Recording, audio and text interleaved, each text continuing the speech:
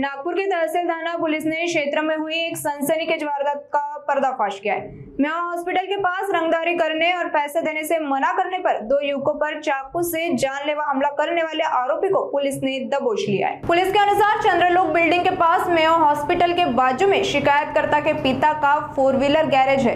कल दोपहर करीब 3 बजे आरोपी मोहम्मद रियाज वहां आया और खाने पीने के लिए पैसों की मांग करने लगा। गैरेज मालिक द्वारा मना करने पर आरोपी गाली गलौज और धमकी देने लगा। जब पीड़ित के दोनों बेटे वहां पहुंचे तो आरोपी रियाज ने उन पर चाकू से ताबड़तोड़ हमला कर दिया और फरार हो गया। पुलिस ने मुस्तैदी दिखाते हुए आरोपी को गिरफ्तार कर लिया है। आगे की जांच जारी है। तहसील पोलीस ठाण्याच्या हद्दीमध्ये काल दुपारी म्हणजेच 1 तारखेला दुपारी 3 वाजण्याच्या सुमारास चंद्रलोक बिल्डिंग मेवा हॉस्पिटलच्या बाजूला जे फिर्यादी आहेत त्यांच्या वडिलांचं एक छोटं गॅरेज आहे की ज्याच्यामध्ये ते गाडीचा 4 व्हीलरचा गाडीचा दरवाजा रिपेअर करतात। काल ते त्या ठिकाणी असताना यातील आरोपी जो आहे मोहम्मद रियाज म्हणून हा त्या ठिकाणी आला आणि त्यांनी खाण्यासाठी आणि दारूसाठी पैसे मागितले होते आणि ते पैसे त्यांनी देण्यासाठी त्यांनी नकार दिला असता त्यांनी धमकी आणि शिवीगाळी केली।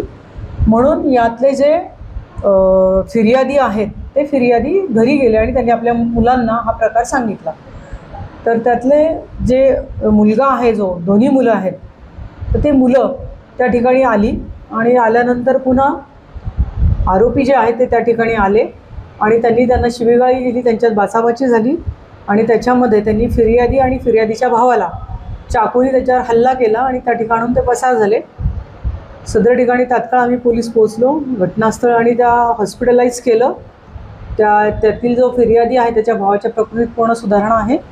फिर्यादींच्या मार्फतीने आम्ही पूर्ण नावं निष्पन्न वगैरे करून घेतली आणि आरोपींना आपण 2 तासात त्या ठिकाणी पकडलेले 2 ते 3 तासात आणि आरोपी सगळे आपल्या ताब्यात आहेत। त्यांना गुन्ह्यामध्ये आपण अटक केलेली आहे।